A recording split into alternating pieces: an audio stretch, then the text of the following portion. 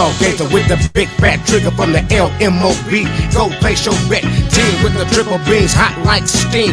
Mean like green, shoe hooks like Kareem. Don't return pages, rock stages, rap gauges, broke bitches, or contagion. I boogie to the beat, the 8 hams on my beat, pull my covers back. Ain't no nut stains on my sheet. Now we 3 deep in the coupe, roll with my troops when we pull this. So Westside, what's up, nigga? Don't get stuck. The hoes drink Moon Farm, cuz hits the cold up. Jamie like Eddie Kane with a swing. I love the hoes with the braids and the swap me brains. And smoke new pokes and get drunk all night. Now she's a G, living that ghetto life. Now get the fuck up. Who them niggas? Banging, Westside Connection niggas. Still slanging, NWA niggas. Still robbing, bitch mob niggas. Back and still mobbing. Who them niggas? Banging, Westside Connection niggas. Still slanging, NWA niggas. Still robbing, bitch mob niggas. Back and still mobbing. Nigga, get down, get up out of your seat. Foolish being 30 years since my nigga right here got cracking on the lynch mob beat. You see, I'm the type of nigga that'll pull up in the Chevy, had that motherfucker filled up with straps. Hey yo, bone get the K, a nigga like me got a Drake, chap cheese, got a chopper in the back. Y'all done pissed off these old niggas, now they on the mission and they looking for a bitch at Torrance Court.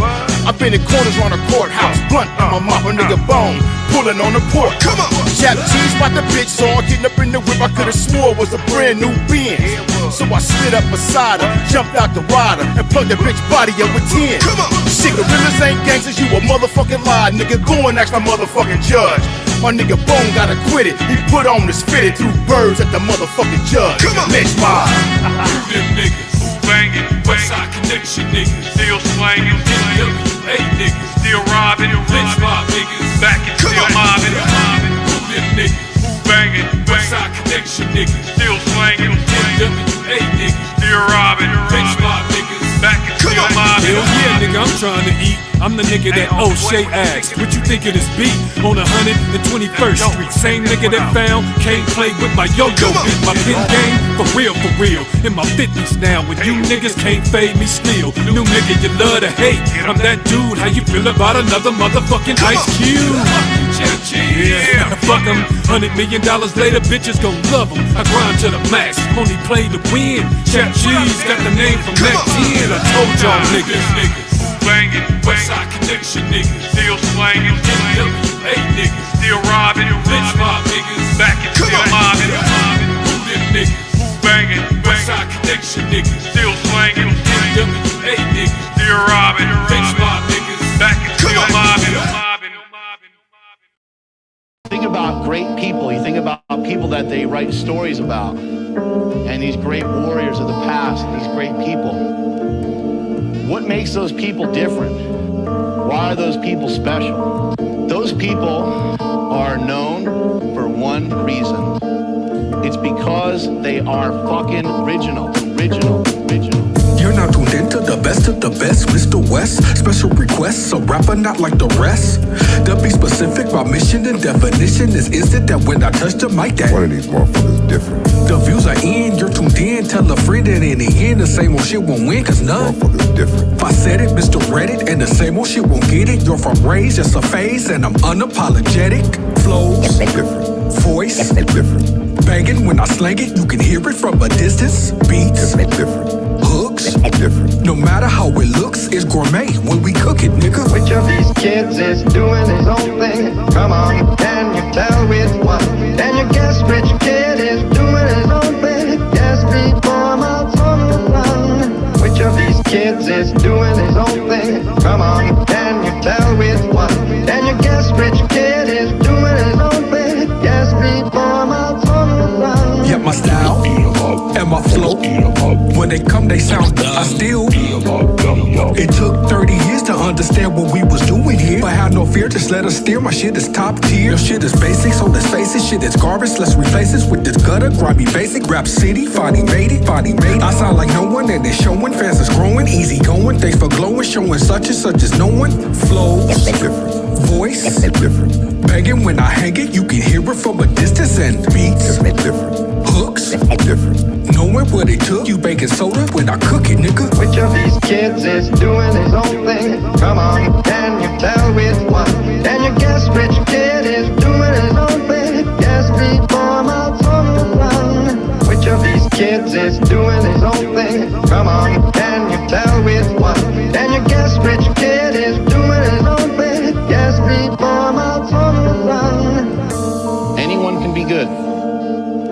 you want to be great, if you want to be special, if you want to try to get to that next level, it's going to take that much more effort. Now my song is done, done, done, done, done, done.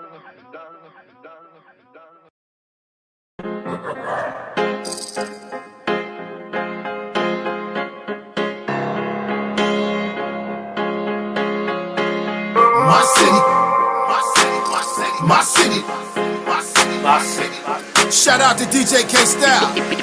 It's Mr. Fab, let's get it. My city with the bippin' and the pimpin'. The bippin' mean at least I'm in your car, it's gonna be missing. The youngsters out trippin', hustlin' till they gettin' it. Slippin' in my city, send some fire to your fitted. Yeah, I'm from Oakland, that's the land of the good tree. Heard they puttin' fentanyl, man, in all the hood with. They could be, ain't no tellin' it's the hood, G. Broke for 100 bands, I had a good week. My city is the home of the Panthers. Young and keep a hammer, it's the home of the dance. My city got players, my city got haters. My city had the Warriors and the Raiders. Yeah, I'm from Oakland, dipping and dosing. Boy getting money, so that many have emotion. Independent, still selling records, no promotion. Dope era with the lynch mob, you ain't know. My city keep a nigga on his toes. My city let you play, but you know. My city got the weather and the weed. My city says better if you leave. My city got no fly zone. From the Queen Mary to the SoFi Dome. My city nigga flat in the streets. My niggas Black Sea. My city is the land of the sucker free. She gotta be about money if she fuck with me. R.I.P. the Hitman and Mr. C. The resume speak loud, ain't no mystery. My city is the home of the Giants. You got a couple clues, bitch, it ain't rocket science. This Frisco. Bang bang, now the gang. Put them all black guts in that teal blue candy bang. Smoking Obama, forever riding with hammer. I'm taking them out of Cali and moving them to Atlanta. I got me a Tropicana who's sleeping in no pajamas. You wanna hop on the dick and do split like a banana, yeah. My city bleed red and gold faithfully. And Army Yale been real, no make believe. I'm getting money, Empire be the distro. You already know, motherfucker, this Frisco. My city keep a nigga on his toes. My city let you play, but you know. My city got the weather and the weed. My city says better if you leave. My city got no fly zone. From the Queen Mary to the SoFi Dome. My city leave you flat in the streets. My niggas don't fuck J-Dee. Welcome to slimy Los Angeles, where niggas stay lit like a wet ass South Central Sherm stick. This is the city where blood's in the crips. Get in your ass and they'll get in it quick. Check in, my nigga, cause shit here is real. Fucking with that bitches will get you killed. We don't get past this, fuck who you know. Come with respect to that lowrider show. Trust don't exist, but it's rare like the breed. 100 racks on my packs for them trees. Flipped it again with a bitch overseas. And sent me a bitch up the Folsom with peas. Flooded the yard with some hop and some green. Fuck what you need, bitch, I speak with a beam. Still run for cheese that's stuck in the bean. Umoja, Imani, yada, I mean, nigga. My city keep a nigga on his toes. My city let you play, but you know. My city got the weather and the weed. My city says better if you leave. My city got no fly zone. From the Queen Mary to the SoFi Dome. My city leave it flat in the streets. My niggas don't fuck with public. My city. Hey, K-Style. My city. Nigga, you done did this shit again. My city. My city. My city. My city. My city. Oakland. I just want to say, Jack, that Fuck my city. I got a lot of people that look up to me. And I don't want the last place for them to see me is in jail. Man, what came first, y'all, the sucker or the player? Cause the way y'all get down now, I'd rather be a square. What happened to the days when we could just spit bars? Nowadays it's all about being killers and forming cars. We gotta take it back to the days when it mattered. I could murk you with these verbals, but it was just a rap battle. Now y'all get all your feelings hurt. Now y'all wanna put in work. I don't understand it, bro. You and them little children shirt. We different with the element that complements the melanin. Me and Dazzy D, so chuckify. Go on, tell him, man. West Coast legends with legendary material. Lynch mob affiliates. Yup, these dudes original. Behind the bars, get ready for chow. Flash the light, flag the tower. I'm ready right now for the next 90 minutes. Real talk, no gimmicks. For hip hop junkies and homies that get visits. Yeah. OG. That's J-Dee. So Chuckify. Dazzy D. OG. So Chucker Pride. Jazzy D. That's J-Dee.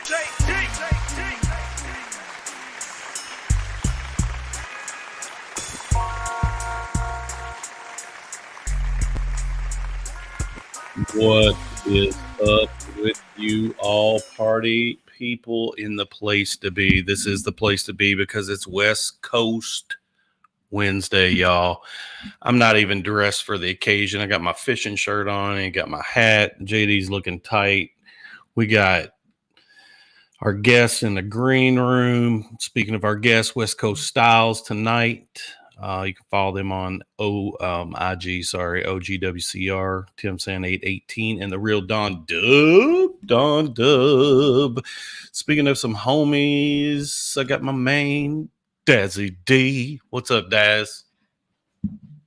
Man, Dude, what's up with your brother Chuck? Is this right? Is this it right here? Yeah, just like that, brother. Stretch them fingers out a little bit, though. Got to stretch those out a little bit. It got to be a dub and a crown at the same time, homie. Banger. I'm a BG. Big BG. That nigga said he a BG. That nigga said he a BG. Yeah, bubble gut. What's up, y'all? Hey, what up with? What's happening, man? Same old two-step, just different suit, homie. Just wearing it over again. Same old suit. You know how they go. What's happening? What we doing? We smoking. Hey, you know what? You know what? Can I say this to y'all? How was y'all day? Let me ask y'all that. How was y'all day? My shit was all right. It was all right, man. I got some things done, so whenever I'm productive, brother, I'm happy. That part. What about you, Chuck? Yes, Man, I had some meetings this morning at the office, and then I came back and cleaned the house for my wife. You know what? That sounds like some real live grown man shit right there. It was, man. It was good. I turned on some music and just got my ass cleaning. Zoned out and let it go. You know what? That's some good shit to hear, man. I do shit like that. I mean, I literally do shit like that. Like our master bedroom, fucking bathroom, our kitchen. I like washing clothes and shit. If you hand wash clothes in prison by hand for 25 years, bro, like the first 3 years, like, I ain't washing this shit. I'm gonna let the institution wash this shit or pay somebody, pay a motherfucking punk or some motherfucking body who hustle, you know what I mean? But no, you washing clothes by hands for 25 years. Every time we had a whole rule. You take it off, you wash it. Man, you take that shit off, you better wash it. You ain't putting no funky ass clothes in no cell. They get beat up. You get beat up like that. So you have to wash everything you take off every day. Every day, bro. Every single day? Every motherfucking day I wash the clothes that I wore, bro, and the underwear and the socks and the t-shirts. Every day by hand. In the cell? So you know what? We got this fancy ass washer and dryer. We got this shit that you can talk to. Hey, make this so. I ain't some Maytag, Westinghouse. I don't know what this shit is, but this shit, I'll be sitting there like, man, I can't wait to do this next load. That's so hold up. So did you do it inside? Did you do it inside your cell? 90% of the time, yes. Wow. Or wash it in the day room, rinse it out in the day room, shake that shit out, and then carry it on upstairs to your cage or downstairs to your cell, wherever your cell is, and go hang it on the line and turn that portable cool operator fan on and try to dry that motherfucker before the night is up. Fold that shit up and put it back where that other shit is. How many you have? You got 2? 2 what? Uniforms? Hell nah. You get like 3 pair of blues and 3 shirts. Okay, so you dry clothes to wear. Yeah, that ain't got nothing to do with your personal shit. All your sweats and sweatshirts and t-shirts and underwear and socks and you got all kinds of other shit that you ain't supposed to have. So you're responsible for keeping that shit clean, bro. You send that shit out to the institutional laundry. The thirsty niggas in PIA steal all your shit. You know, PIA is a prison industry shit, and they see like laundry bags come from certain yards. They're like, man, them niggas over there where Dazzy live, they got money on that yard. And so they start looking through the laundry, looking for Nike socks. I mean, my nigga sent 6 pair of Nike. My niggas from East Coast sent 6 pair of Nike socks to the regular laundry. Ain't not one sock came back. Hey, bro, they steal your socks. They steal your socks, bro. Those are moisture wicking, bro. Yeah. They steal your socks. Moisture wicking socks, dog. So speaking of moisture wicking, I got a new segment I'm going to introduce tonight. What the fuck, man? Check this out. So I've been playing around with some of this shit. So first of all, I have to say that this is the legalese, right? Nothing that I tell you will make you money, okay? But things that I tell you, if you work, you could make money. And so much, in fact, that I'm actually going to do this myself. So I thought it might be fun for y'all to follow along and see how I'm trying to get a bag, as you like to say. We're going to call it the formula. And that's why, you know, when you heard me clicking, I was rendering the video segment, and the motherfucker didn't render. So we don't have a cool-ass intro, but I got a dope intro, got the DOC behind it. It's dope. It's called the formula. It's proven tactics to get a bag online. All right. So I'm going to give some tips and tricks. What do y'all think about that? Does that sound all right? Man, I'm interested because I was looking at it and I saw that it required a quick, painless AI application. I kind of peeked at some of it. And, you know, I'm curious. And so, yeah, I want to actually follow you step by step. And I like the disclaimer, you know, you're not telling me how to get the money, but if I did work, I could probably make some money. And so because I'm down to work and I'm driven, I want to follow you kind of step by step if we could until people start to see that, hey, I know what I'm doing and it's actually taking root. Thanks, Chuck, for the motherfucking groundwork and information. I want to be one of those people. All right. Well, let's call this lesson 1. How's that? How about it? Lesson 1. All right. So the key in all this shit is a lot of this stuff is free. Most of this stuff that you'll use, the tools are free. You got to have an email address. If you don't feel comfortable using your real OG email address, come on, burner phone. Let's do it. All right. So I'm going to show you all the first step. I think this is what Chuck is doing, right? It's so Chuckified. This is what I do. My first step was what I'm going to show y'all tonight. All right. So let me show you my screen. And this is the first thing that y'all are going to want to download or go out to, not download, but you're going to want to check out. All right. Let's see if this comes up. All right. Y'all see this? It's called Anthropic. Welcome back. It's called what? Anthropic. Anthropic. Y'all may have heard a little bit. You may have heard a little bit about Anthropic. You know why you've heard about Anthropic?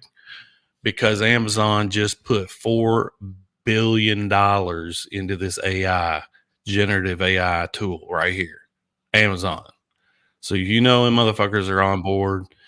There's something to it. So I want to show y'all the power. So you can utilize this tool to practically run your business. You have to do a lot of setup shit like on YouTube and Etsy and some of these other things. Yeah, I said Etsy. Right. Yeah. All right. You know, ain't nothing below anybody to make a bag. Come on, all right. Man. T-Mobile, yeah. All right. So check this out.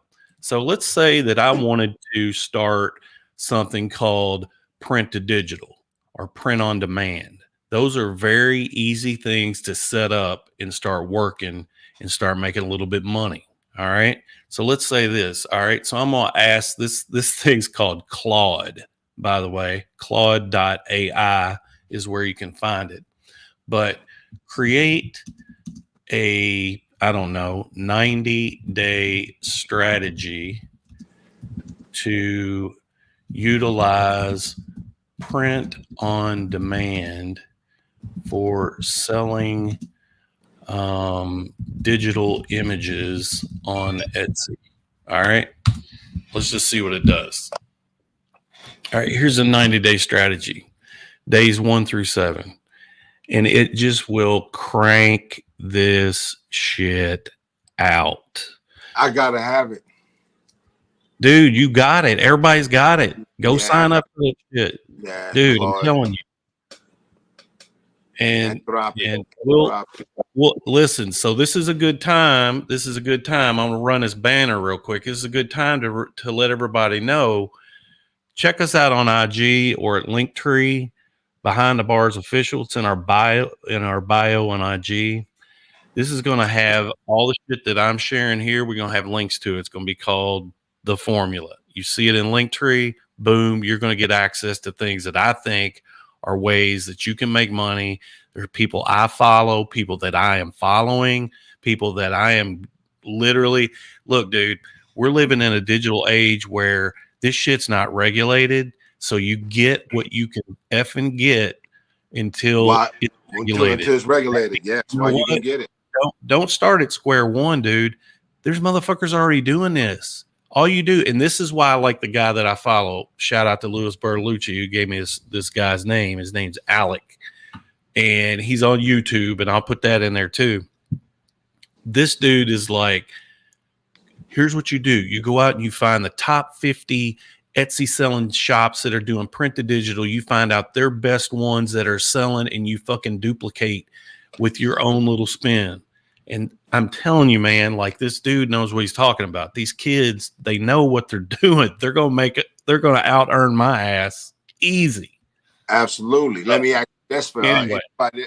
Let me ask you this for anybody that's out there listening, and anybody out there might be curious or want to try this. What is a startup capital? What do they got to go in there with coming out of their pocket? You might have some dudes that sit in certain places that don't have that kind of, capital in their pocket or in their accounts. What would be the righteous motherfucking amount of money a person would need to start this? AI gonna write it. You get the 90-day plan. Now you got to implement it and execute it, and the stickers ain't free. And so if you do get this print on demand digital shit for Etsy, and Etsy is something good. That shit sell all day. That shit all over Facebook and every other social media page. But what do you do what do you do in terms of startup capital once you get the business plan hashed out?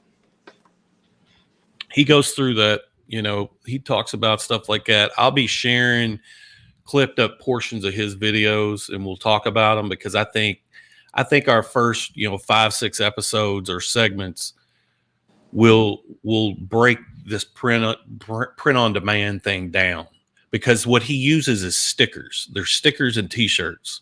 So you're basically using AI. Dude, I'm telling you, I could talk about this shit all fucking night. I know. I can literally listen to, bro, because I asked somebody put together one how to make $10,000 monthly, and the AI drew him up a plan, and he didn't say nothing to nobody. But get what he did, he had some money in the cut, and he took that money and invested into the truck that he needed to pull off this business plan. Now this motherfucker on the road.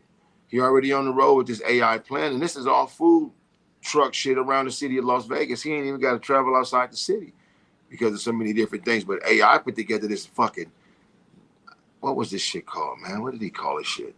But it wrote this fool a business plan, how to make $10,000 a month. You know what I'm saying? I'm like, fuck. So I'm ready, bro. I mean, it ain't fuck being afraid of it, while everybody else get rich off of it before they regulate it, because once the government regulations go into place, they're going to ask you what you want this information for. Dude, let me just real quick. I got to show you this real quick. You got to see this. Oh, it may have been a different one. All right, so check us out. So when we started working together, J-Dee, and I've been talking about this official lynch mob podcast, right? I'm gonna throw that out there again. A story lays it all out. Anyway, so when I was thinking about that to try to pitch you on the idea, I went out to AI. This is why I was using Chat GPT. You'll hear Chat GPT talked about. You'll hear Claude AI talked about, and Open AI. Those are like Elon Musk, all them motherfuckers. I go out to AI and I said, write a 250 word introduction on J-Dee Deshaun Cooper from the lynch mob from, I forget, 92 through certain time, and include these details about LA. Like, what was the weather like then? dude, I'm telling you, it spit it out, and I just like went, like, it's insane. It will blow your mind. If anything, go out there and fuck around with it, because you'll just be like, what the hell? What in the hell? Did it actually pull up and print and type something for you? Yes. I'll have to find it. I'll go back and see if I can find it on ChatGPT. Yeah, see if you can find it. He should have sent me that shit once it was done. So get this though, dude. This is how cool this is right now. So AI obviously can be, I mean, you could get a Lex Luthor type and that motherfucker could fuck everything up, you know? That's about to happen. That's already in the works. So it is happening. But check this out. So I was putting things in there to say, okay, tell me about J-Dee's criminal record. And so it'll pull up what's in, you know, like public, right? And so then I would put in like other details, expand on the details of the crimes. And then it came up and it says, I do not feel comfortable because these are legal matters that could still be being decided and all this shit. And I was like, God damn, okay, all right. You know, I was like, I can get down with that, you know. So then I really started fucking with it and asking racial things. And the racial things, like sometimes it would spit back and it says, you know, I don't feel comfortable giving results skewed to one race side or the other. Now, the things I was asking was innocuous. Like they weren't like, I wasn't trying to, you know, be overly racist. It was like, you know, why is white supremacy reigned? You know, that kind of shit. So I think that a lot of people, man, use it for whatever reason that they need it for. And I would like for you to, you know, just expound on that shit weekly on how to get some money. The racist shit, we don't need AI to tell us what no cracker gonna do. We already know what cracker gonna do. He gonna crumble like he gonna crumble like motherfucking crumbs. No. Let me tell you why. Let me tell you real quick why it's important. Watch this, just real quick. I swear to God, I'll stop after this. All right. So check this out. Here it comes back. So I did this the other day. So I've been working on this white privilege mixtape thing. So I was like, all right, well, let's talk about where is it? Methods of white supremacy in North America. Man, let's talk more about that motherfucking money. Fuck the white man. We don't give a fuck about hitting him in North America. We know how you get down in North America. Don't nobody care about that. All right. Damn, dog. I'm trying to educate white motherfucker. The one motherfucker that's white on here. All that. You keep talking about this pink motherfucker in North America. We don't give a fuck about this pink motherfucker in North America. That nigga been fucked up America. Talk about the money. Right. You keep skimming over the money, but when they give us this fucked up history lesson about these white boys, we know what that motherfucker did to every race in the country. Every race on the planet. Right. We know it. So the formula today is go out and start fucking with AI, because that's going to be your friend. Because the way you generate images is through AI. If you can believe it, you go in and you type and you say, I want a bald-headed black man with a goatee with glasses that's got a badass attitude and the world, and make that a 3D art print. And that shit will spit it out, and it's yours, dude. There's no copyrights. You can slap that shit on a lunchbox and sell that shit online, and motherfuckers will buy it because people will buy anything. See, now that's the motherfucking shit I want to hear. Yeah. How in the fuck can we take an image, ask the computer to print it? All we need set up right now is printers. We need to have accounts like emails. We need to have these basic things. Because just dude, you don't even have to have a printer. You print it to digital. They just download the fucking file. So check this out. So let's say I create. So once it's done, it'll send you the PDF. Yeah. You give them a link to your Google Drive, they get the file. Boom, you're done. They pay $5, $6, $7. Now you scale that shit. And you've got 2,000-3,000 images. You see what I'm saying? This motherfucker knows what he's doing, and he puts them out in all different sizes. So if people want to print that shit out and frame it or put it on a t-shirt or whatever, they get the files, and then I go make my t-shirts, dude. I got an idea. I think that we can make a nice piece of change off of just using this program once. Me, you, and Dazzy. You know, and if we have to create this shit, you know what? The next strategy meeting, I'm gonna bring that shit up. I don't even want to put that shit on blast right here. I think this is no, seriously. I think this shit is with my boy Lane, and I was telling you about in Calabasas, the one I told you about joining forces with us on the show. What we were discussing 2 weeks ago. Lane got all the motherfucking print material we need, bro. If we could create a motherfucking this one thing that I want to create, I think it's gonna probably spark the ideas because Dazzy, you creative as fuck, and Chuck, you own to something, bro. You own to something. We don't want to hear about that Nordic Viking motherfucker who sailed the seas from Norway to fucking Nova Scotia. Nobody want to hear about that barbaric motherfucker who was eating whale belly. You know what I mean? Harpooning shit. Niggas living off whale belly and with abalone and shit, and you know, I won't forget all that old shit. Nigga know that Viking. Nigga know that Viking been barbaric. Tell us how to get some of that Viking changed off the ones who shaved all the hair off and trimmed it on up. Now they on Wall Street. Them the same motherfuckers over them high seas, boy, from back in the day. They just cleaned it on up a little bit. You know how a motherfucker do. All y'all, yo, put them in the lineup. All y'all look alike. That's what I was told. All right, so we're gonna end this segment, but I want to remind people. Can I say this real quick, bro? Can I please say this real quick? Thank you. All right. Thank you for giving us that. Man. Fucking A. Yeah, thank you for giving us that because that shit got my motherfucking wheel spinning. Look, he throwing up all kinds of shit.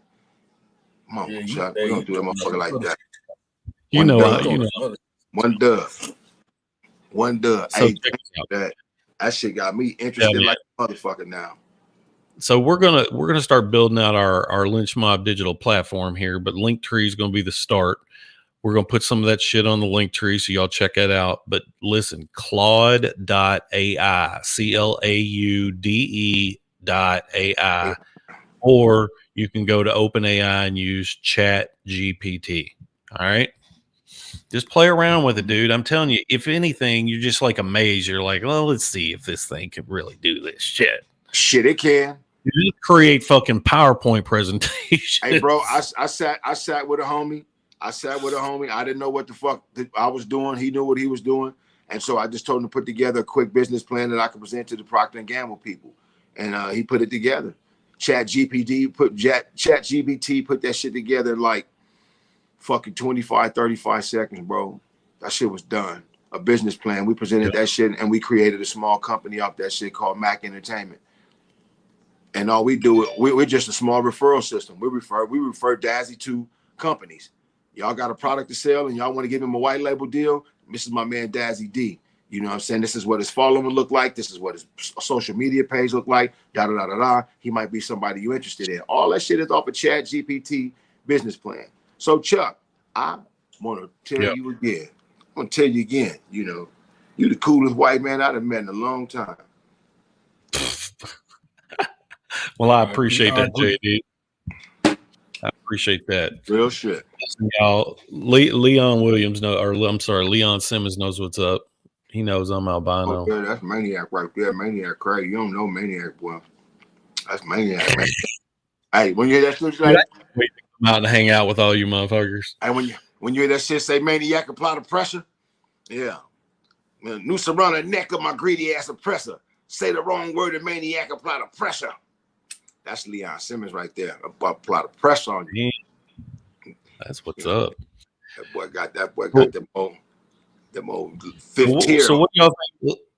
Let's do that boom slap. Y'all want to run that boom slap real quick? I want to know what Dazzy got in the area of production. I already got my motherfucking shit.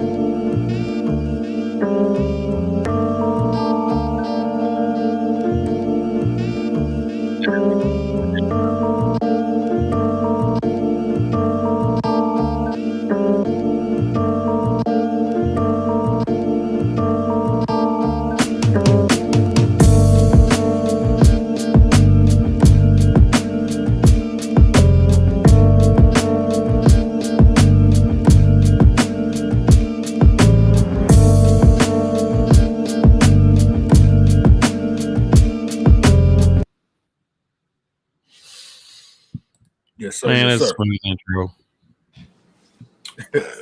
I got dope ass beat. dope ass beats. All that shit just had me. That beat. He just gave it a little longer too, so it would kick in. Yeah, that shit I dope. was like, oh, he let that motherfucker breathe. He let it breathe. Let it breathe. That bitch breathe. Let that bitch breathe.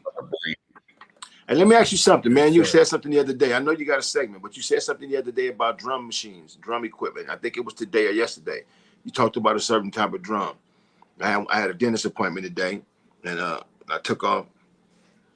I took off early, and then I had to go back. And I didn't want to go back, so I was feeling some type of way. So I was sitting back, and I fuck on my phone. I seen you talking about drum machines. If you're gonna make beats, what was that about? Oh, yeah, I got this drum pack I put together, man. You know, we've been in the game so long, man. I just collected maybe about 30 years worth of drum sounds, you know, from everybody. Shit, Dre, Battle Cat, Quick, Jinx, Pooh. I just collected some sounds, made my own shit. And I just decided just to put together, man, you know what I'm saying, for cats that's trying to figure it out or got skills and want to put some of these sounds to use. I like that. So what are you recommending that these motherfuckers use? Like MPCs? You going? What are you doing? Drum machines? You got MPCs? Whatever they can use it in whatever they got. If they Fruity Loops, MPC, machine, whatever they got, they can use these sounds. They'll be good to go, man. It's called Big Dad's Drum Kit Volume 1. You know what I'm saying? It got over 1,700 sounds. Are you shitting me? Yeah. God damn. Yeah. You compiled all of that for people to use? Yeah. You put all that, sir. yeah. All they gotta do is right? Yeah. Damn. Yeah. Hey, have y'all heard of Koala? Have y'all heard of Koala? Koala artist? No, Koala is an app on the App Store. No, dude, it's like it's an MPC for your iPhone. Dude, that shit is dope. And you could load all them damn samples in there, dude. I'm telling you, like legit beats. Like it blows your mind. And it's like, I think it's like $8 or something. Like it's that's crazy. You know what? It's the simplicity in this shit now makes it to where if you slow down long enough, bro, with that drum kit, with the packs that you got, this AI technology, this information that we have, bro, I'm gonna tell you something. It's almost no excuse to have no bread. Shout out to Bay Leaf, man. Yeah, Dad. He said Dazzy the motherfucker, man. Hell yeah, man. You know, I wish I had something as interesting as y'all did, man. You know, I think I don't bring nothing to the table for nobody. Y'all got exciting instrumentation. Chuck got technology at his fingertips. And all I'm doing is what? Smoking weed? Talking shit? Y'all ain't learning nothing from me. Shit, you gonna hey man, y'all ain't learned nothing from me yet. I feel like a bad teacher. How that new album doing, J-Dee?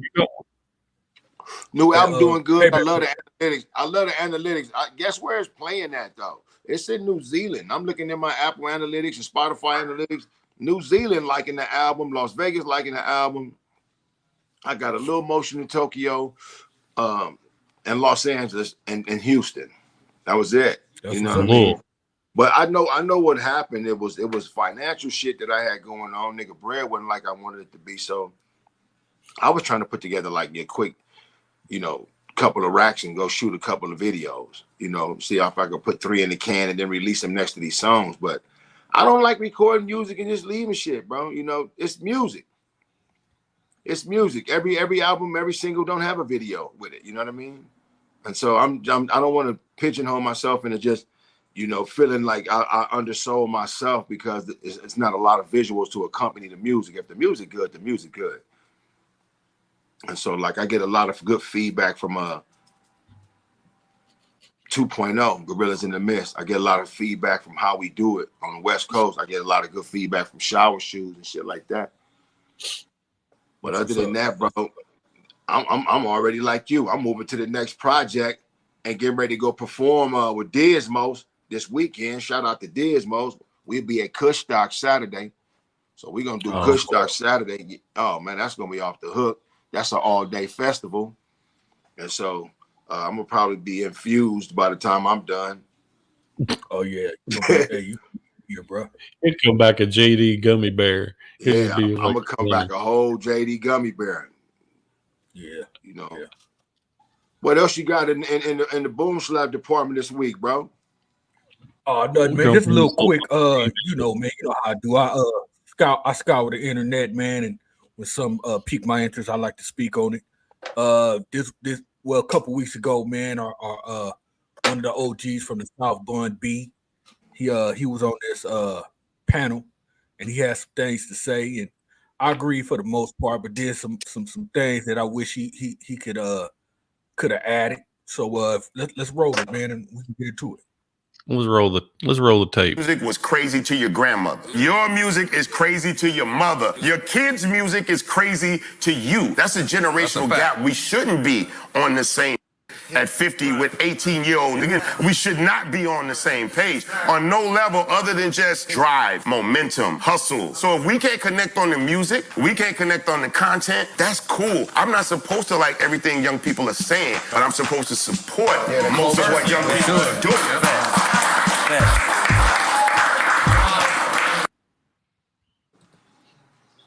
All right.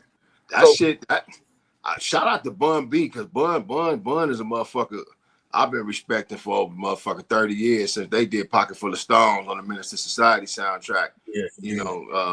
Riding Dirty. Man. You know, Riding Dirty. And rest in peace, Pimp C. Yeah. Rest in peace, Pimp C. You know, Pimp, Chad the Pimp. Man, shout out to Bud. And I respect everything you said, man. But here's the thing though about that, man. These little motherfuckers don't know how to rap though. You know what I'm saying? They don't understand the culture, man. They don't understand the basics of music. So I got a problem with them blazing the trail, but they ain't blazing, bro. You know, half of these motherfuckers can't even rap on beat, man. They're not even they're not even doing fundamentally what you're supposed to do as an artist and as a musician. So I got a problem with that. I'm not going to give them a pass just because I don't understand their music. I don't have to understand their shit, but I understand fundamentals and I understand what hip hop's supposed to be. And us as the older generation, we got to start pushing that a lot more, man. Like, learn your shit, get on your shit, stay on your shit, learn how to write, learn what 16 bars is, learn what an 18 bar hook is, learn cadence, learn wordplay. You know what I'm saying? That's that's fundamental shit, right? That shit that, basketball, right? Basketball got rules, right? But you got motherfuckers like Jordan and Kobe and motherfuckers like that and Curry. They changed the game, right? Magic Johnson, they changed the game. They within those rules, they changed the game. They was great. So if little young motherfuckers can give us that, man, I think that'll keep pushing this hip hop shit. But you got to learn your fundamentals, homie. Chuck, you got your finger up. I got 2 points I'm going to make before I lose them, but go ahead, Chuck. Yeah, real quick. So here's the way I look at the new artists, dude. I don't look at them as artists. I look at them as entrepreneurs. The motherfuckers know how to make money. That's what they're doing. They don't give a fuck about rapping. They don't care about the craft. They're doing what's selling music. Then to me, Chuck, that's bullshit. You know what I'm saying? That's bullshit. That's called exploitation. You know what I'm saying? Yep. You can't rap. Yeah, I know, dude. And you don't give a fuck about rap. All you care about is a bag and a bitch loving you for what you have. And so all you are really is a whore to be sold, you know what I'm saying, either by a label or by your own pimp. You know what I'm saying? Or you could pimp your own self. And I've seen a lot of youngsters generate a lot of money. I seen some youngsters generate money. That don't make sense. And Dazzy, I'm going to get back to you after I get back to Bun. That was a lot. Y'all just said a lot. Bun is on point, bro. And I'm going to say this. Bun B is 100 motherfucking % on point. Whether we relate to him or not, you got to support him. You know what I'm saying? Now it make me feel awkward supporting them because of what Chuck just said. They don't give a fuck about this shit. They just want the money. So then it brings me back to what Dazzy just said. You motherfuckers can't even rap on beat anyway and don't know the fucking fundamentals, which is a one fucking thou wow right. You just as right as Bun B. 100 motherfucking percent. You motherfuckers don't rhyme on beat. You niggas can't even breathe. You don't know cadence. You don't know a real rhyme pattern. Half y'all ain't even got 4 to 8 to 16 righteous bars of content. You know, it's and the other half of you motherfuckers is mumbling incoherently because you fucked up on like several different types of drugs. I get it, but bro, if you ain't with the culture in terms of, imagine if Mick Jagger just went out there and just said, "If you start me up, I never stop," and just said, "Fuck it, play the rest of the motherfucking track." And at the end, that motherfucker said, "You make a grown man cry," and that's it. That's how these young motherfuckers rap today. They got 4 bars and a 24 bar hook. They got 4 bars worth of material and a 24 bar hook that a nigga done sang twice, and that go the song. It's over with. And all you gotta do is talk about drilling and killing and fucking the bitch or something wet or some kind of money or some kind of gun or some kind of car or some kind of jewelry, and then the song is over, bro. You got those 5 different topics: a bitch, your gun, your car, your jewelry, and the song is over, bro. And so yeah, you right.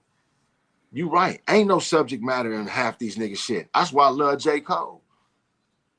That's why I love J. Cole. That's why I love Coyote. You know what I'm saying? That Coyote for Hire. I don't know if y'all ever heard of Coyote for Hire, but I swear to God, I ever get my hands on him. Did you send that to me? Man, I just heard that. Yeah, I sent it. I That tried to shit's send dope. that shit to like 50 people. Coyote for Hire ain't no joke, bro. That nigga just said some shit the other day about how much money they gave Ukraine, and then they turned around and gave 1.8 billion to Israel. And we over here homeless still. You know, but like that, when you get motherfuckers like that in that age group, because he from that generation. He from that old mumble rap ass generation. But he ain't mumbling. He ain't mumbling to the point of where he caught Shaq's ear, and Shaq came to town with a bag talking about, can we do something? So you right. You don't get no motherfucking pass just because you supposed to get a push. You don't get that. Real talk. Well, I think that's a perfect segue. We got some very special guests in the green room. You think we ought to kick it off? Hey man, they got 20 minutes on lockdown. It's 8:09. Consider this an invitation.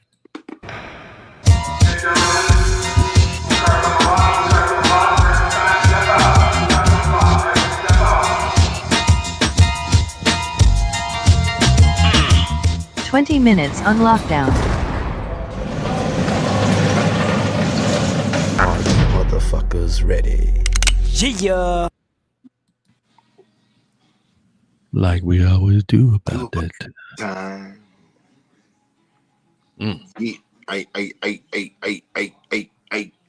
Hey.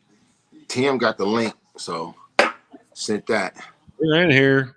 We ready? We ready to bring these motherfuckers on? Yeah, you fucking with they visit. You fucking with they visit. Just like the white man. I want to fuck with a nigga visit. Damn. Yeah. Like the white man. Look at that. Fuck with a nigga visit. Yeah, they did. They visit past visit past in. Visit past business at 7:30. Tim, Mr. Sanchez, young staff. How you doing, bro? Finally, how you doing today? Man, good. Finally, good to see you, my man. How you feeling tonight? Brother, I'm good, man. I'm glad to be here. I'm excited to talk. Y'all can ask me anything you want, you know. Absolutely. It's my turn to be interviewed. So I usually do the interviewing, but now it's my turn to be interviewed. And you better damn sure be ready. Let me put my all in the same gang hat on, because we ain't gonna make this shit too bad tonight. We're gonna keep this all in the same gang. First and foremost, Tim Sanchez, West Coast Styles, Dubb. You guys have been an instrumental part to the culture out west, bro, for well over nearly 2 decades approaching. Since I seen West Coast Rider Radio back in the day with my big brother J-Dee. Y'all was in the valley doing y'all thing. I remember y'all keeping my name alive with the innocent projects that I was working with when I was in prison. My homegirl, rest in peace, Carla Sue Andrews, you know, she was behind that, and she was like shooting things to y'all to keep my name out there. Why y'all do it, bro? I ask everybody this. Why y'all do it, and why do you continue to do it? Because you plugged a lot of people with great headlines and tags and promoted a lot of hip hop, homie. Why you still do this? I do it because I love it, bro. I love it. You know what I'm saying? It's like, you know, it's not really for the money. It's not really for fame or anything like that. It's just because I love the music. You know what I'm saying? I love it. And not only that, but out here on the West Coast for the past 2 decades, we really haven't had anybody trying to, help push things.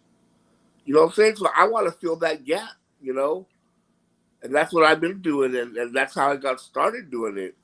I mean, I got started doing this on the GPGrecords.com forum, back in 2001.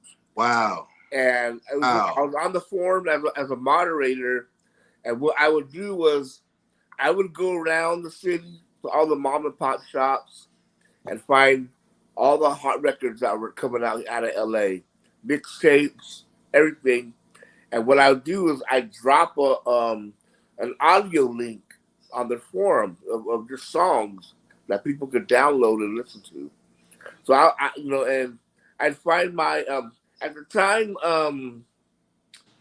you had to find your own bandwidth to download. So I'd find little bandwidth servers and upload them, and that's how I just got started.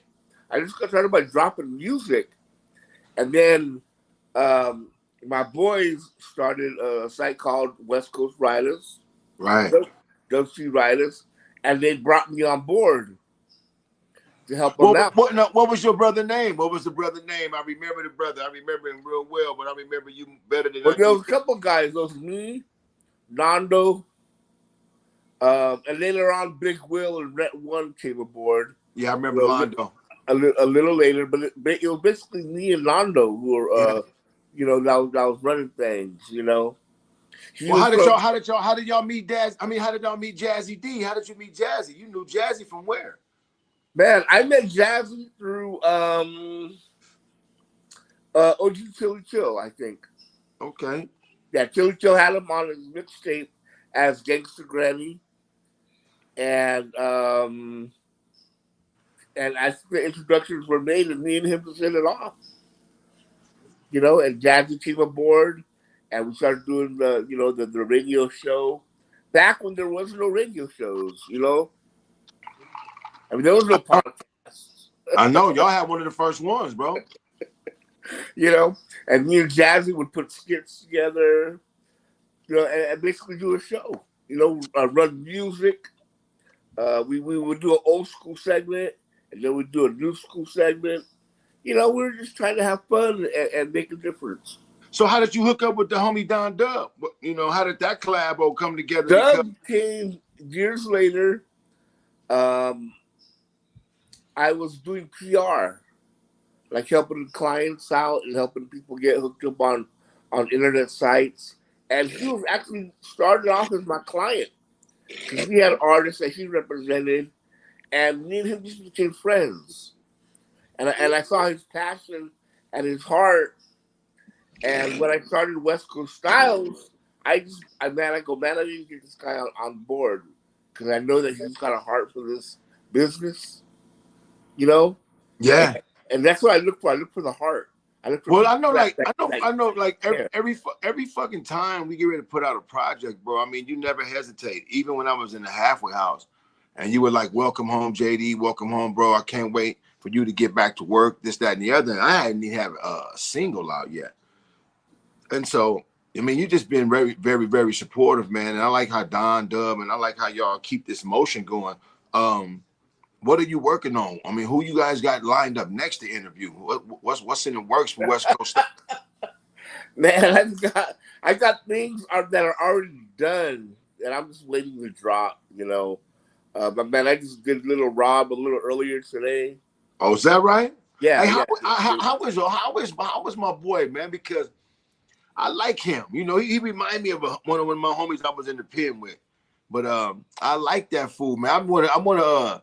He had this song he did, like he was riding a bike, like sitting in the park almost.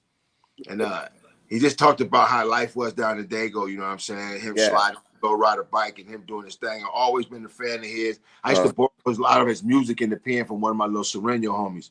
And I would bang that shit, you know what I mean? My little Sereno partner was from San Diego. Yeah. And I would get off in that little Rob and shit, and Mr. Capone. and South Park Mexicans. Those are my three little you know, tapes I got hooked on for a minute before we started, you know, doing CDs. You know, well, he's in a good place. He's in a happy place. He's just trying to just mind his business and make good music, you know. Yeah. So that's where I see him at, and that's what I got from him in the interview today, is that he's not on some bullshit, and he just, you know, yeah, because he had a little controversy, a little beef surrounding his name recently. You know what I'm saying? There's been a little bullshit, you know, about Lil Rob, you know, Mr. Capone, been, you know, a little beef back and forth. One of their fans felt some type of way recently, and you know how that shit go, man. And you know, everybody gets a little 15 minutes of fame. Everybody get their little 15 minutes to talk their little shit. But I never heard of, you know, him being an asshole, bro. He always been like a solid essay, you know what I mean? And he's not. And I met him before, in person years ago, and he was just the most humble cat. You know what I'm saying? He was just, you know what? You gonna have to be my motherfucking bridge to Lil Rob, bro, because as somebody, like I said, as a fan, I mean, I just opened up catalogs in the pen, bro, when I was ordering packages and shit. And you get to the section where you get to your music and you want to start putting together your burned CDs, you know, or whatnot, or you know, if you got an institution that lets you have tapes and CDs, you find, you know, your artist you want. And this fool, bro, would occupy like a whole fucking page, bro. Like this fool had catalog, and I was like, this fool is releasing music, so I got into him. Yeah. You know? And he was the same as me and Dazzy. He was the same as me and you. He was just a motherfucking essay, and that made him no different than us. He was our brown brother. And so I was like, you know what, homie? Let me take the blinders off my motherfucking eyes for a minute. You know what I'm saying? Yeah. Because I'm watching, you know how the pen is. Politics is politics. You gotta live, gotta move, gotta do, you know. And so that is what it is. But I watched how he moved and who he moved with, and he wasn't just, you know, one dimensional. He didn't just fuck with, you know, Latinos, Hispanics. He didn't fuck with just Mexicans, you know. He was straight. He was straight.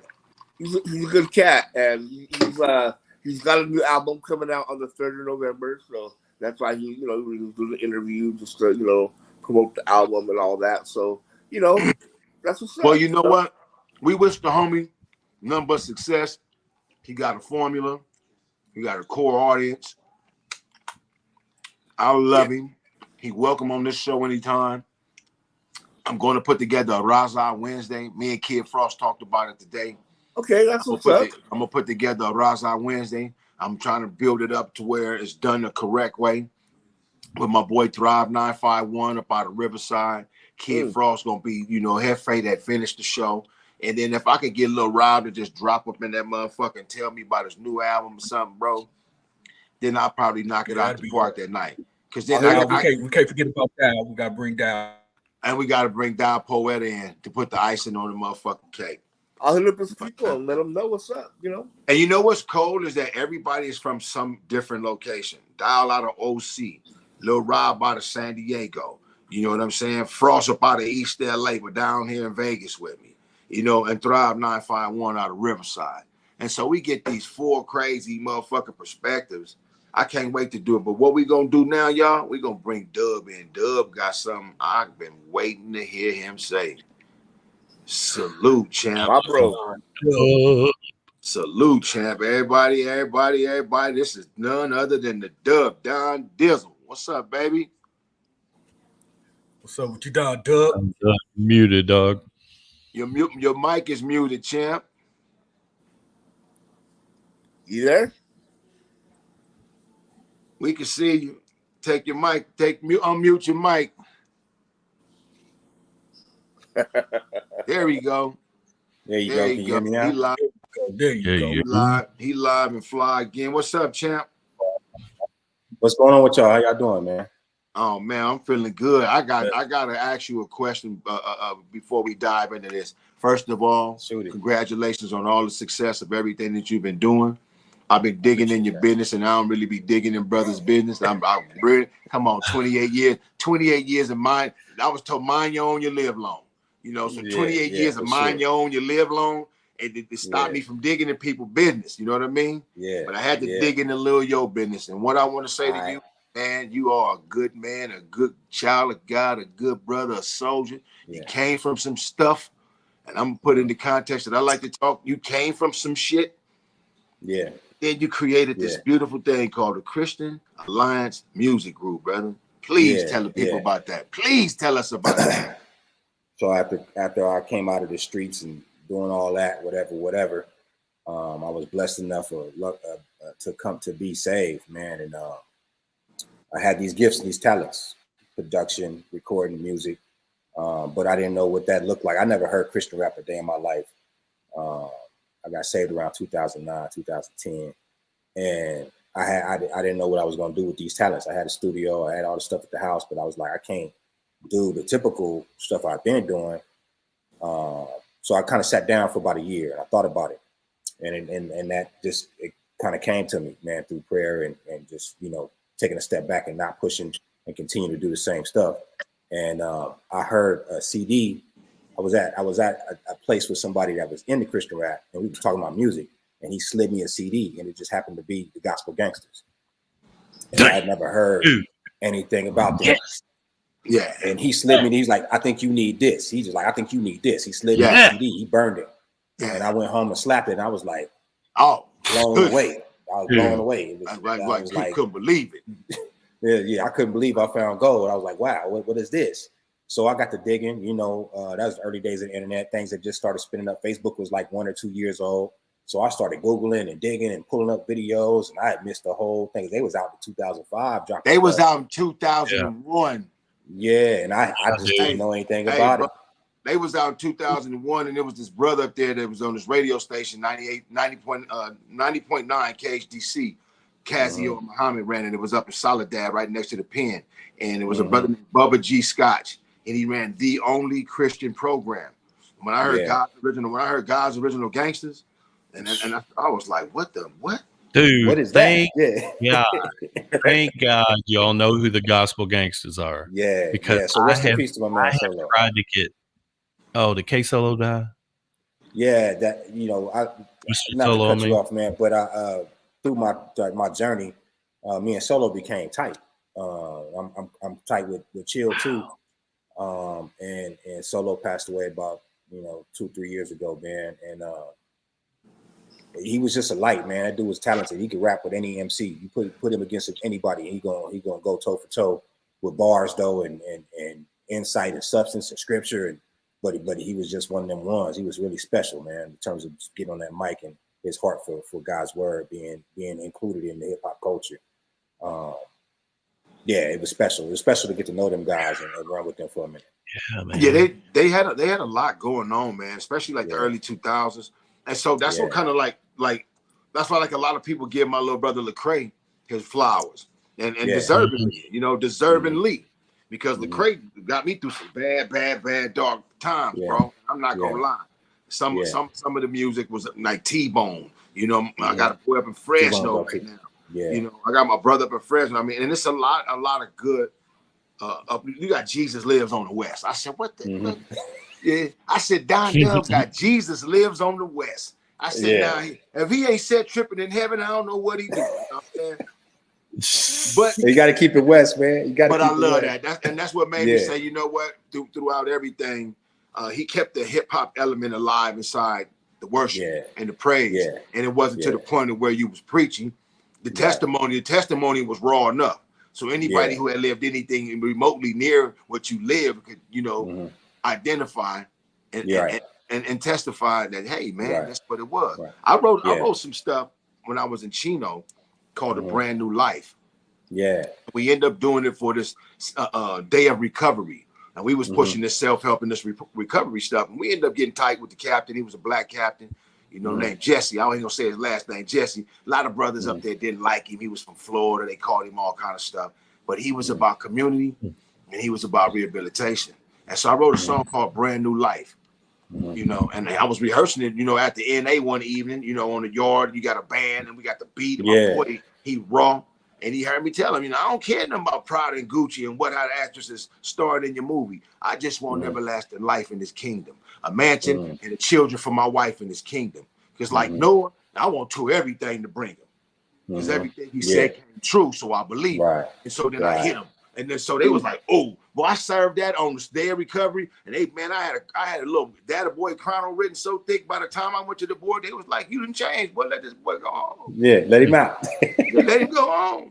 You know, Look but at God. it's the conviction. It's the conviction of the spirit, bro. Yeah, and I'm glad this show drove us in that direction. I didn't even expect this. It's the conviction of the spirit, bro, that make you keep doing what you do. Yeah. But you interviewed us a month or so ago. Yeah, I did. You know. So now the tables. Because I just tapped into the show. Yeah. Now the tables are turned. What's driving down Dubb today? You know, I'm similar to Tim, man. I got a love and an affinity for our culture out here on the West Coast. I think it's very diverse and unique. I think our story is not something that could be replicated around the world. You got to remember, like, I came up in the late 80s, early 90s, and to see lowriders in Japan and the Crip culture over in Europe and all these things have influenced the world, and that came right out of Los Angeles. I was just tremendously inspired growing up in that era, man. I was just tremendously inspired, and to see it carry forward and everybody have their own versions of it, positive, negative, etc. I just see the impact of it and just let it die by the wayside and not cover it, not talk about it, not support the OGs that's still going, not to cover the up and coming artists that's trying to break through. I think it's a travesty for us, man. We don't have we haven't had the proper media coverage, in my opinion. We got big websites. But because those people that run those websites are there, and I'm gonna just say it, they're not from the West Coast. They don't tap into our culture. They don't really care about the elements of our culture that we care about. They're not from our streets. They're not from our sections. They don't get it. But they write it. They write it with lack of care. So when you see us write, we even write like how we speak, and that's intentional. And other journalists might try to defame that because they think it's not correct. But we do that intentionally to connect with our people, with our communities, so that we can feel like we've been represented in the media. And you understand that there's people that from the West Coast that are writing these articles and tapping in with these artists, and they understand who they are. And we can communicate that in speech and text. So you feel like it's a West Coast communication type style when you're reading our articles. That's intentional. So I'm gonna ask you this, because you have a background that stems from Compton, right? Yeah, I'm from Compton. You know, and I'm a byproduct of South Central Compton and Watts, bro. You know, I grew up in the 8-9 families. I grew up with the 111s, and I lived in the South Side of Compton. You know, really in between them and the Elm Street Pyrus. And I know everybody. I know everybody. You know what I'm saying? I mean, literally know everybody. And so I never tried to be Billy Badass, Super Crip, or nothing like that. I just always been respectful and down for whatever. But I came to a point in my life where down for whatever wasn't attached to foolishness anymore. Down for whatever was down for whatever it took to be successful, a dad, father, and I mean, all of it is a struggle and a challenge. How you balance? Because I seen this beautiful queen of yours, and I seen this hand on this bouquet with these beautiful rings. How you balance? How you continue to balance work and your craft and your relationship? And Tim, the same goes for you. I want Tim's answer after you. Okay. You know, I'm constantly adjusting. There's no perfect answer. I'm not gonna lie to you. It's a constant balance, right? But my wife supports me. I support her. She's a beautiful person. She's driven just like I am in business and entrepreneurship. So she understands that passion. Since we've been together, I've always been involved in music. So, you know, when she met me, when we moved in together, the studio moved in with us. So it's been that since the beginning. So she understands what that is. The late nights, the weekend shows, the, you know, pulling up to events and all this other stuff, she gets it. But then also, you know, you have to put it down sometimes and tap in 100% with your queen and with your kids and really just like music is going to always be there. I've done enough work for now. Let me take a week to just sit down with them and you know, pour it in them and play video games with the kids or go camping or go to whatever. So you gotta constantly balance that. It's a constant balance. That's all I can really tell you. You gotta be cognizant of what the needs are of the other people that are in your family. And you gotta, as the leader and as the man, you gotta say, oh, my son needs me right now. Don't wait for somebody to say it, but oh, he needs me. Let me just, I can't do that right now, homie. I'm gonna get back to you and I'm gonna hit you when I get done with this. I'm gonna take care of my son. And real dudes and real men, they're gonna respect that. You know what I'm saying? Absolutely. You ain't gonna have to negotiate nothing with nobody if you tell them it's about the family and Well, the wife you know, or whatever. I ain't negotiating mine anyway. You know what I mean? Right. You know, If you don't see me, nigga, you won't see me. You know what I'm saying? Yeah, You know, 100%. Yeah, because when it come down for mine, bro, it ain't no explaining this away. You know what I mean? I'm not when I can't holler at you, I'm not hollering at you. When I can't be there, I won't be there. Because when the family say, hey, we need to eat and we need to do all of this before your podcast start, then that, the priority come right here, boom, in the middle. Focus. You know, everybody probably thinking, nigga, you know, wound up tight. He just got out the pen and he just this wild ball of fire and energy. Nah, all of that's harnessed. Everything is calculated. And these are 3 chess boards that I play on every day. You got to figure out what game we playing. Not me. I got the 3 boards in front of us. And so I learned that from my partner Stone Ramsey up out the Bay Area. You know what I mean? All Bay News. Shout out to All Bay News. He told me, bro, every day, be your best man. Give your best to God, then give your best to yourself, then give your best to your people. He told me that, bro, every day, give your best to your God, then give your best to yourself, then give your best to your people. Play chess on 3 boards. You know what I'm saying? Always stay thinking, bro. Always stay fluid. Always stay forward. And the person who become an op or an adversary who willingly shouldn't have, they got to figure out what board you playing on. You know, that's good word. That's good. That's good game. That's good. Make you deadly, bro. That make you deadly. You know, now I can see he playing over here. I'm just gonna move a piece. He don't know what he's doing. He's silly. That's the plate game. This the one I'm watching right here.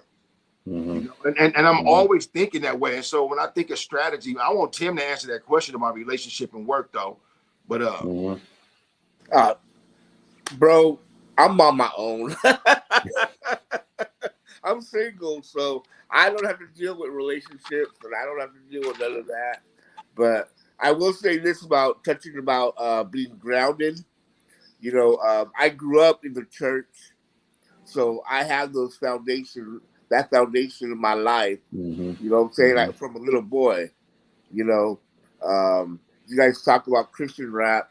I've been following it since the days of the Dynamic Twins and Super. That goes to the early 90s, into the 80s. Tunnel Rats. You know what I'm saying? So, you know, so I know what's up.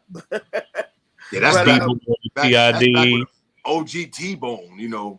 T-Bone hard, that's when T-Bone doing this thing. T-Bone hard. T-Bone hard. You know, and then also, you know, I had a strong father. You know, he passed away not too long ago, but I had a father that was strong. Rest in peace to Pops. You know, that he was strong. You know what I'm saying? He was smart. He kept me grounded. And, you know, and he was a music lover, and that's where I get my love for music from. Yes. You know? I mean, I could ask him anything about the 50s and the 60s, and he would know it. He was like an encyclopedia. He loved jazz. He loved blues. He loved funk. He loved, you know, he saw James Brown at the Apollo Theater in the 60s. You know, so, wow. You know, that was Pops, you know, and that's where I get my love from music from him, you know. So I would just say, you know, you guys really touched on it. I mean, having a good spiritual foundation, having good parents in your life that show you the way, and then you just try to do your best to show the next generation the way. You know, whether that be your kids or your nephews or I don't know, whatever. You know. That's right, bro. That's real shit. That's real shit. Yeah. I like that, bro. And that's the thing I love about Don is that, you know, he's got a family. Yes. He's got his kids, and he's got his kids. He's got their heads on straight. I bet them. Yeah. I see the motion. You know, I see the motion. You know, we get snapshots of their life. You know, we get snapshots that he shared with us, and it's like, you know, the fascination after that was like, you know what? That's a family man. But I didn't really know, so I started digging. Like I told you, I don't be digging. I hate to dig. That's why it's like, I don't know how the podcast shit gonna work for me, because I hate digging in people's business, and you have to do your homework. I'm a horrible journalist. I would probably be a horrible journalist, bro, if I had to be.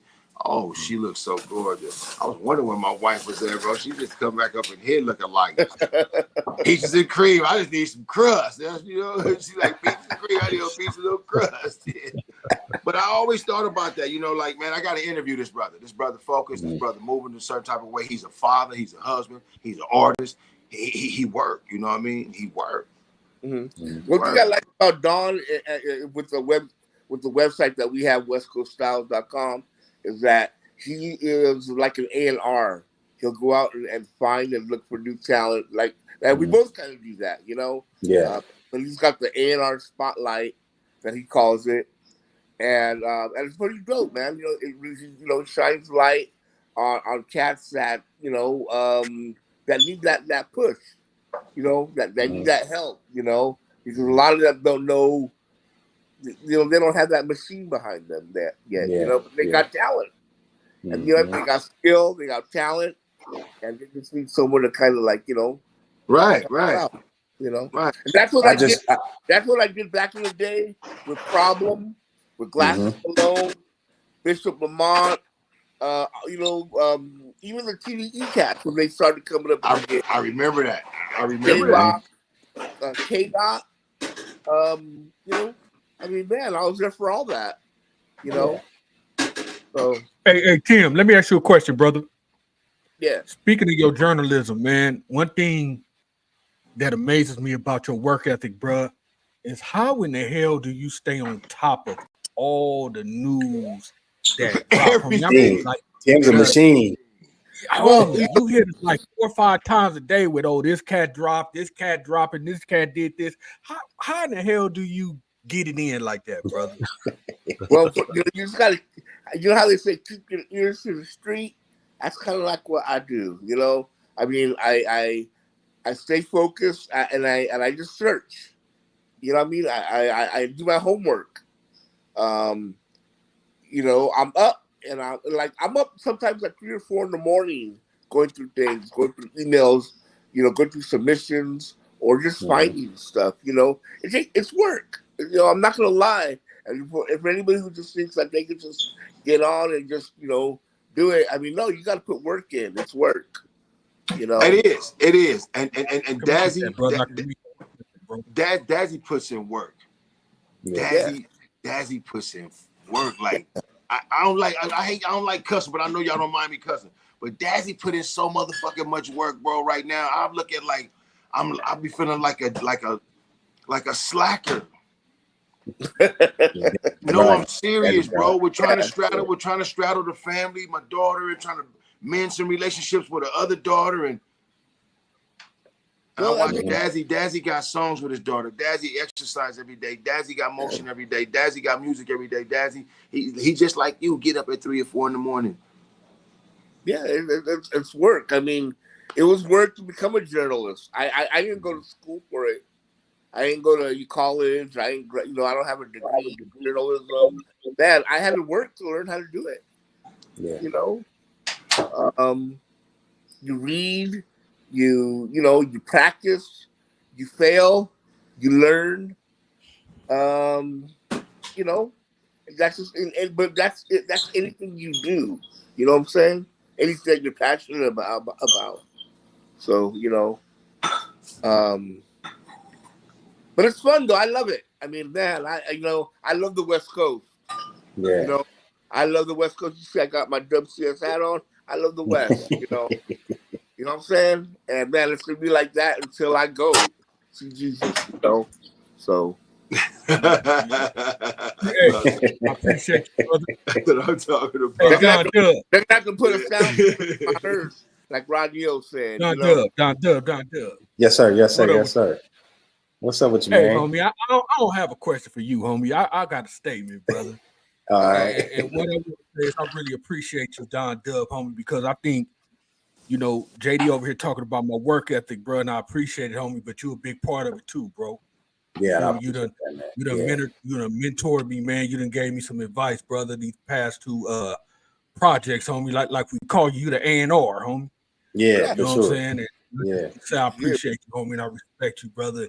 And I'm glad you're on the team, bro. It's love, bro. It's love. I like to see you do it, man. we've been around for a long time and trying to make things happen, and for us not to be able to share information and communicate with each other. And you know, if I got a little bit of game over here and you got a little game over there, we come together. Now we got a pot that we can all pull from it and share a resource, man. So you know, I've always been like that. And, you know, I've always searched to align myself with people that have that same attitude and mentality. So it's just a blessing to connect with you know, like-minded individuals, man, and do the thing. You know what I'm saying? Appreciate you, brother. Yeah, oh, yeah, you ain't stingy with your connects either. Like I said on the album, you ain't stingy with the connects, brother. I appreciate that, Dubb. It's love, man. It's love, bro. If Don Dubb's got the connects, now I had a question for Don Dubb already ready to go. And, you know, J-Dee said it best, is like, we're going with the spirit tonight. You know, that's what's always so interesting, right? But anyway, like to hear OGGs come out of your mouth, like that's not by accident, because they were pivotal in my life, because I spent a lot of time feeling bad about listening to things like the Lynch Mob and Ice Cube, and you know what I'm saying? And the you were gospel trying to cleanse your soul. through. You were Hey, trying to dude, cleanse your soul. Don Dubb knows what he's talking about. Solo, dude, he could go up against anybody. That dude, Yeah, he was one of them ones. Yeah, anybody. He had bars, bro. He had bars. They had him on KHDC. I was in Salinas Valley. We opened up Salinas Valley in '96, and I don't know where they were or what this shit was, a taping or something. But I'm sitting hearing this youngster spit. I'm like, who is this? A few years later, I'm hearing them like, who is this? Bro, then I take a trip back. I take a trip to 2 other prisons and come back to Salinas. And now every Monday I'm getting Bubba G Scotch. And it's the gospel hip hop show. And it's from like 6 to 8 o'clock. At 8 o'clock, you know, the oldies come on. But from 6 to 8, if you want to check out the gospel hip hop show on Mondays, I used to sit back and be like, you know what? I'm surrounded by so much evil, bro. Motherfuckers dying in their cell, getting stabbed on the yard when the door open, police killing people.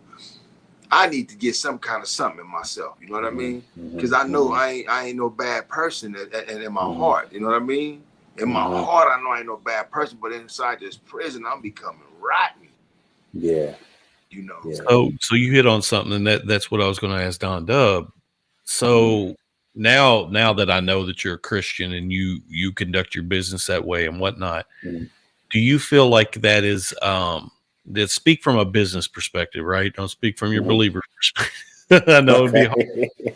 Do you feel like that it is a hindrance for you, or do you think that it is a huge gain for you? Because I'm assuming you put yourself out there that way, right? Yeah, early on. Well, it depends on your faith and your walk with you know, your personal relationship. But I can tell you from a business side that there's believers everywhere, and I'm gonna just use the term, but the secular industry, right? And I've been talking to my Christian hip hop brothers on the side because they separated themselves. Like, we're not dealing with secular this, secular that.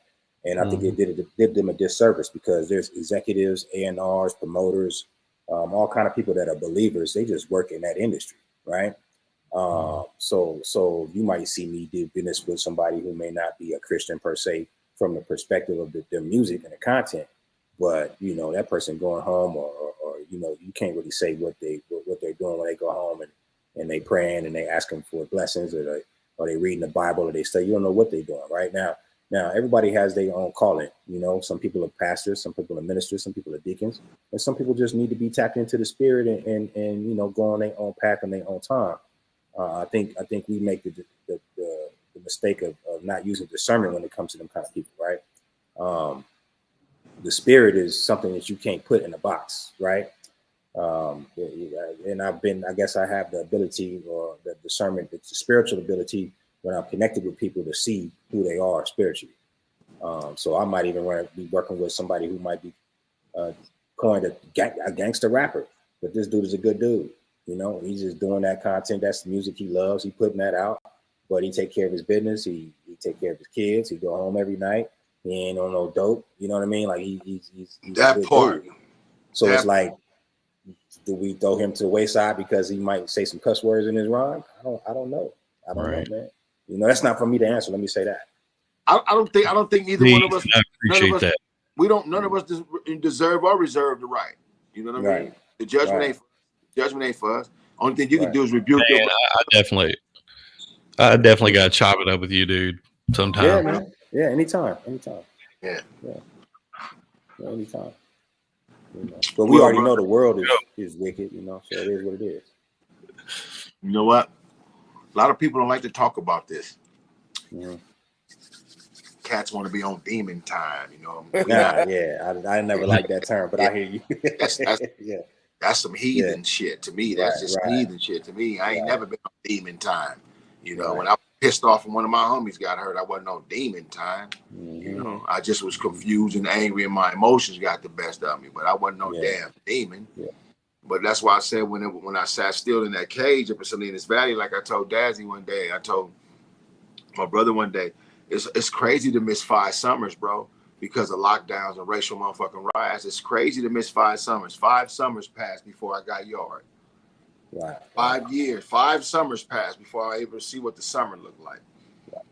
If it cracked for one day, it was locked down again. And so you getting escorted, and you might year in and year out get a little bit of shoe yard. You know what I'm saying, on the small yard, because they come in to search again.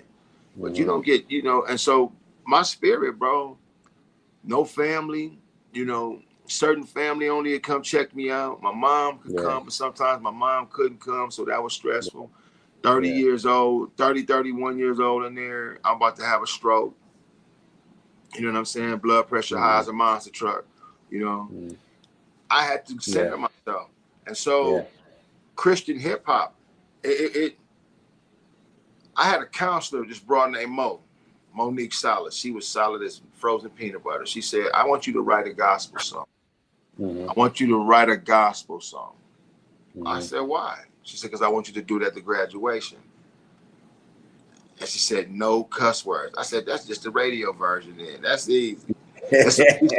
So she said, oh, that's funny, huh? I laughed like we did. Yeah. Bro, she said, I need you to quote a scripture in there too. To let me know that you really let me know you read your Bible. Yeah. And so, man, I told the whole graduation up at this particular pen, bro. And the warden with his thieving ass warden ended up getting walked off and forced into retirement. Wow. Yeah, he had tears in his eyes because of what I said at that graduation. It was a self-help graduation. You know what I'm saying? And they pizzaed us up in the visiting room and all this cake and all this fanfare about how rehabilitation was working now that they put the R on the side of CDCR. You know? But it wasn't that. It was that we were starting to regain our humanity because we were in this circle of men who had God in their lives and they were purging this shit out their life, this trauma out their life, all this hurt and all this pain out their life, all these things that had happened to them as kids out their life. Some had got molested, some been neglected, some got the mess beat out of them. You know what I mean? And these dudes were starting to heal, and so the institution was like, "Ooh, we got to start releasing them," because they had no excuse to keep them, which meant that the program worked, which meant that what we shared through gospel hip hop, it worked. Yeah. It was rap. It was rap, bro. And we ran it, and we ran it, and we weaved it all through Toastmasters and speeches throughout the prison, and we made them love it. We made it palatable to the point to where it put tears in their eyes. It was like, we got to start kicking some of these dudes out. And so it rippled from the middle of the state where California Men's Colony was and went this way, and life would start coming home. Wow. But you know, the cool thing about Christian rap is how far it's come. Yeah, it's come a long way. Back in the 80s and the 90s, we were like, man, imagine if we had a Dr. Dre type track or whatever. And now you got Dr. Dre working on with Kanye doing a gospel. It's like, wow. Absolutely. And that's super upper echelon. You know, that's super upper echelon, Dr. Dre and Kanye. But you know, what about the Lecraes and the Pete Rocks? Lecrae really. The Lecraes and the Dazzy D's. You know, the West Coast Stones and the Lecraes, the Don Dubbs and the Lecraes. Sure. You know?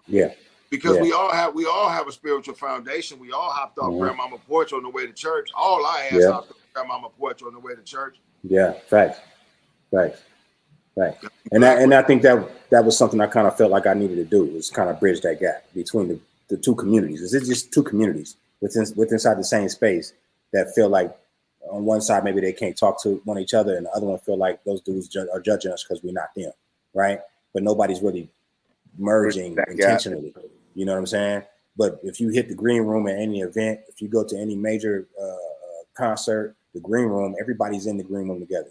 Gospel, Christian, gangster, R&B, we all backstage chopping it up, waiting to get called out on stage. There's no separation on the business back end. Nobody's seeing your budget, your check, your A&Rs, they all the same people. RCA Inspirational, it's the same people. There's no separate. They're not taking it to another building. It's in the same building. So why are the people separated? Regardless if you believe, you don't believe, you agree, you don't agree, wherever you at in your walk, that shouldn't stop us from communicating and intermingling, right? Absolutely. What the most common thing you hear from an R&B singer is, I started in the choir. You know, that's it. I started in the choir. Going back to the 50s. 99% of them did. Hey, before we get up out of here, y'all, before we get up out of here and y'all give us y'all next little locations and next little events and projects and concerts, is there anything you want to ask them, Dazzy or Chuck? Any more questions y'all want to ask these brothers? Because, man, I could talk to them all damn night. Same. Shit. Dude, I'm geeking out over here on the Christian rap shit. Like, I just want to have so many questions to you. Yeah, Chuck blown away. Chuck. Yeah, Chuck blown away. Chuck a little flush right now. Chuck blown away. A little verklempt. Shit. What the fuck? Chuck, what the fuck, Chuck? I'm just saying, hey, where y'all at this weekend, man? What y'all got coming up for the holidays? What's going on? I know y'all working, y'all doing shows, or you're getting ready preparation for the holidays. What we doing? Yeah, we know we about to ramp up and really compete with the big dogs that are considered the big dogs in the media space, man. Tim has been killing it with the hip hop 50th anniversary interviews, man. He's got Todd Davis has been doing that. Todd Davis. I've been working, with him, but I've been doing my own set of interviews, live interviews. I'll tell you who I got coming up. I just did Cash of the Alcoholics. That's coming up. I've got Be Legit coming up. That's already done. He's coming up. I've got Master Ace coming up. I took it to the East Coast with that one. Like you should. I took it to the East Coast with Master Ace. I've got the world's greatest entertainer, Dougie Fresh, coming up. Man, it's beautiful. I'm having fun. It's like I'm 20 years ago, like when I was when I started in this when I was like 29. That's how I feel again, Well, that's good, man. You inspired. You inspired, man. And look, Todd Davis, man. I've been knowing Todd Davis. Todd been writing me since I was up at CMC. Shout out to Todd Davis. You know what I'm saying? Todd's a good brother. Shout out to Todd. Ain't no motherfucking more hard feelings, Todd. I'm gonna go live right now for your ass. You know what I'm saying? You just sobered up a little bit, motherfucker. So I'm gonna let you go ahead and let your apology be accepted. So I'm gonna accept your apology live, Todd. Ain't nothing but love, boy. Put the drink down and go ahead and embrace your sobriety correct way, bro, because this is a show about healing. I could go on and create a beef. I could do that right now live and say a whole bunch of shit. But I'd rather tell you I love you, bro. Put that drink down. Whenever you want to holler at a real brother, hit me up. But don't be getting at me with that slick drunk shit no more, because I don't play that slick drunk shit. Nah. Those days, I let them know that, hey, that's over. I mean, so I love him. He real hard in the paint when it come to promotions, bro. When it come to giving brothers light, he love music. He loves the East Coast. He East Coast. He really favors the East Coast music over West Coast. But I grew up off East Coast music, favored over West Coast music, because there was no West Coast music at the time. But then we created the narrative and a lane for ourselves, and now I got somebody who sound like me, and so now I'm a staunch supporter and a lover of the West Coast, And I still love my brothers in the East. I still love my brothers in the East because this is hip hop. That's why I'm able to accept that brother's apology live over the air and let him know You know what I'm saying? Don't run into no wall at 100 miles an hour fucking with J-Dee, bro. But God, that ain't Well, what that's you want to very do. good of you, and I'm proud of you for doing that. You know. Yeah, I love him, my brother. Everybody get a second chance, bro. Don't blow that motherfucker. That's what passes is for. That's what they for. You know, I sometimes I need one. When I'm somewhere I ain't supposed to be, I get out of pocket. You know what I'm saying? And everybody deserve that. My boy said some stuff the other day, and I told him, "You right," and I accept it. And I accept it. But I waited for Wednesday to say it. Yeah, you always got it. You got to have that other piece of iron, man, to lean up Come against, on, man. You know. Yeah. What is that? Proverbs 27. Man, yeah, sharp Proverbs man. 27. Iron sharp as iron, man. Iron, bro. Yeah. So Come on. Me and D was talking about some stuff earlier. He just kind of like reconfirmed it and laced the game down like this is what I think you should do. And it's like without that, you know, you never know. It's just a little bit of wisdom and guidance can lead you in the right direction. It don't take a lot. It don't take a lot. It Call don't, your brother, bro. man. Call your brothers and talk to them, man. Stop Call your brothers and talk to them, Don't be ashamed, man. Don't be ashamed because you know what? We used to let ego and pride get in the way, and then 2 weeks later, somebody got a funeral. There it is. You know what I'm saying? Now, when you get to the age of maturity and you know what growth and maturity look like, be grown enough to tell the apology and accept the apology and let that shit just be that, bro. Because we all having badass days and nights, and triggers always happen. We always triggered by something. You know what I'm saying? But you gotta be able to control the emotion after the thought, because the action that come after the emotion come with a consequence. Yeah.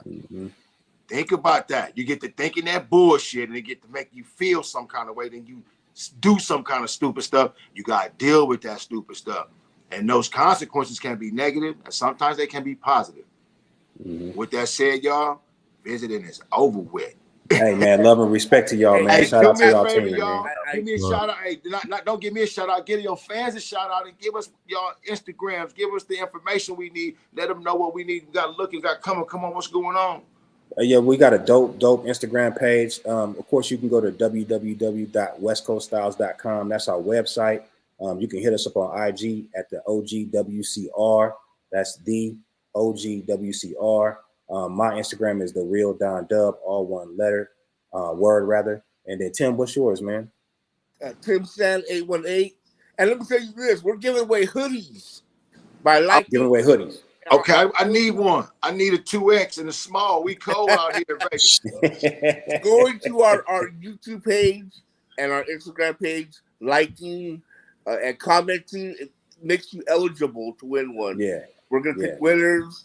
And so we're giving away WCS hoodies. So, you know, hey. Sweet. Oh, yeah. That's rain dope. season is coming, so get your hoodie. That's dope as fuck, man. You know what? Nothing but love, nothing but respect to the whole. Hey, love and respect to y'all, man. I appreciate y'all for this. So, Tim, much love and respect. Todd, Damaged Good Davis, much love and respect. You know what I'm saying? And motherfucking Don Dubb, the family, man. And the believers. OG is love. Yeah, I appreciate you, man. And shout out to Todd, because y'all want to know the truth. Todd Davis introduced me to Darren Lansky, y'all. Wow. Fact. We didn't get into that. All right, y'all. D, I holla at you, man. Chuck, man, hit me on the DM, Chuck. All right. Hey, that was dope. That was good. That was dope. Thank you, y'all. Y'all look like veteran reporters. Y'all like veteran reporters. Yeah. You know what I mean? CNN of the streets. Nah, my boy get every other day. A cool little white dude, man. He be, going what he go through, do what he do. Everybody go through something, and it's cool. You just gotta know how to go through it. And you can't go through your shit fucked up with me. You gonna crash fucking with me. Cause I'm ready to go all the way to the balls of the wall, bro, for what the fuck I stand on. I don't compromise nothing. So I only got 10 values, homie. And I keep them motherfuckers in the pyramid. And so those 10 values stay inside this pyramid, bro, and from the top and start with God. You know what I'm saying? At the end, it end with integrity, bro. And so from the top with God all the way down to integrity, nigga ain't finna play with me. I'll hunt your ass down.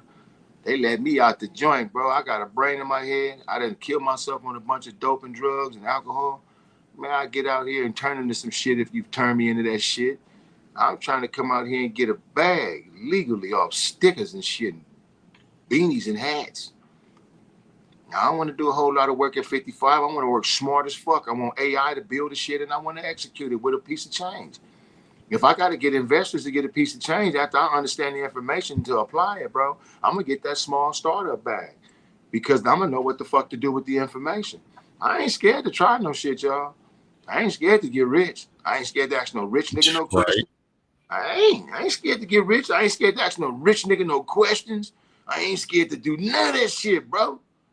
Police had me in the cell, nigga, for 28 years, walking a child, nigga, and all this old shit coming out at 4 in the morning because they want to run dogs in the building looking for phones and dope. Nigga, fuck all that, bro. I'm serious about staying out. I'm serious about staying alive. I'm serious about you not playing with me. You know what I'm saying? I don't play. We behind the bars. I don't play with no nigga behind the bar. Play with your motherfucking kids. So we trying to play with some paper. We can play with next week. We can play with some paper, then we can slide here and there. Everybody can bring their problems to the table with a bag. We can make the pain go away with a bag. What you need, you know? Real talk, bro. Real talk. If it's bitches, booze, or bud, nigga, or a real good therapist, nigga, we got you. You know? Real talk. If it's bitches, booze, or bud, nigga, we got you. But we need a bag, though. Or we just might need nigga might need a therapist. Nigga might need to talk to somebody. Real talk. This is a great show. This was a therapeutic show. This was a spiritual show. This show allowed me to let the spirit loose, you know, and it wasn't all preachy. You know, we didn't get a lot of hellos and a lot of what's ups tonight like we usually get, and that's cool. But there's still J-Dee presents behind the board. And I don't want the last place when see me is in jail. Man, what came Love first, y'all, y'all man. suck on Peace. the clear. Cause the way y'all get down now, I'd rather be a square. What happened to the days when we could just spit bars? Nowadays it's all about being killers and forming cars. We gotta take it back to the days when it mattered. I can murk you with these verbals, but it was just a rap battle. Now y'all get all your feelings hurt. Now y'all wanna put in work. I don't understand it, bro. You and them little children shirt. We different with the element that complements the melanin. Me and Dazzy D, so chuckify, go and tell him, man. West Coast legends with legendary material. Lynch mob affiliates, yep, these dudes original. Behind the bars, get ready for chow. Flash the light, flag the tower. I'm ready right now for the next 90 minutes. Real talk, no gimmicks. For hip hop junkies and homies that get visits. Yeah. Behind the bars. OG. That's J-Dee. So trucker by Dazzy D.